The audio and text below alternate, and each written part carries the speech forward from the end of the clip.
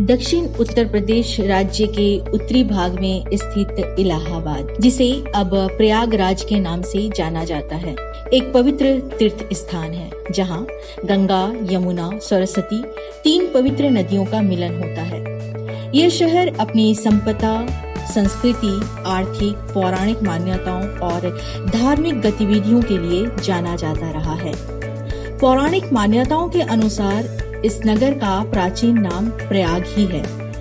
ये माना जाता है कि 4 वेदों की प्राप्ति के पश्चात ब्रह्मा ने यहीं पर यज्ञ किया था, इसलिए प्रथम यज्ञ स्थल होने के कारण इसे प्रयाग कहा जाता है। कालांतर में मुगलई सल्तनत के छठे बादशाह अकबर इस नगर की धार्मिक और सांस्कृतिक ऐतिहासिकता से काफी प्रभावित हुए।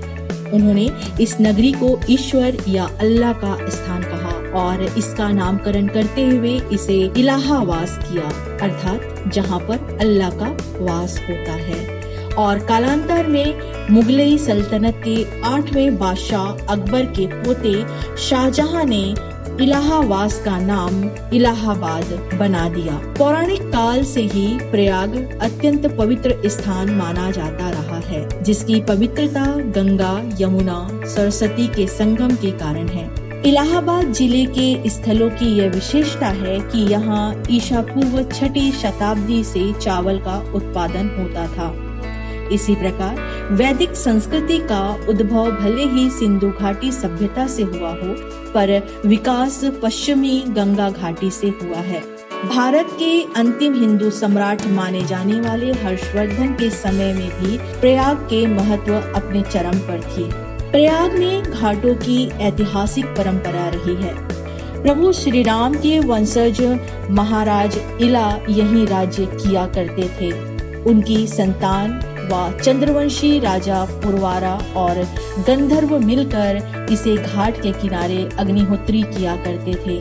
धार्मिक अनुष्ठानों और स्नान आदि हेतु से प्रसिद्ध त्रिवेणी घाट वह जगह है जहां पर यमुना अपनी दृढ़ता के साथ स्थिर हो जाती है। रसूलाबाद घाट प्रयाग का सबसे महत्वपूर्ण माना जाता है। 1838 में अंग्रेजों ने अकबर के किले का पुनर्निर्माण करवाया। इस किले में भारतीय और नूरानी वास्तुकला का मेला आज भी दिखाई देता है। इस किले में 2032 ईसा पूर्व का अशोक का स्तंभ, जोधाबाई महल, पातालपुरी मंदिर, सरस्वती कोप और अक्षय वट स्थित है। इसी प्रकार मुगली शोभा बिखेरता खुसरो बाग मुगलिया सल्तनत के 7वें बादशाह जहांगीर के बड़े पुत्र खुसरो द्वारा बनवाया गया था। संगम तट पर लगने वाले कुंभ मेले के बिना प्रयाग का इतिहास अधूरा है।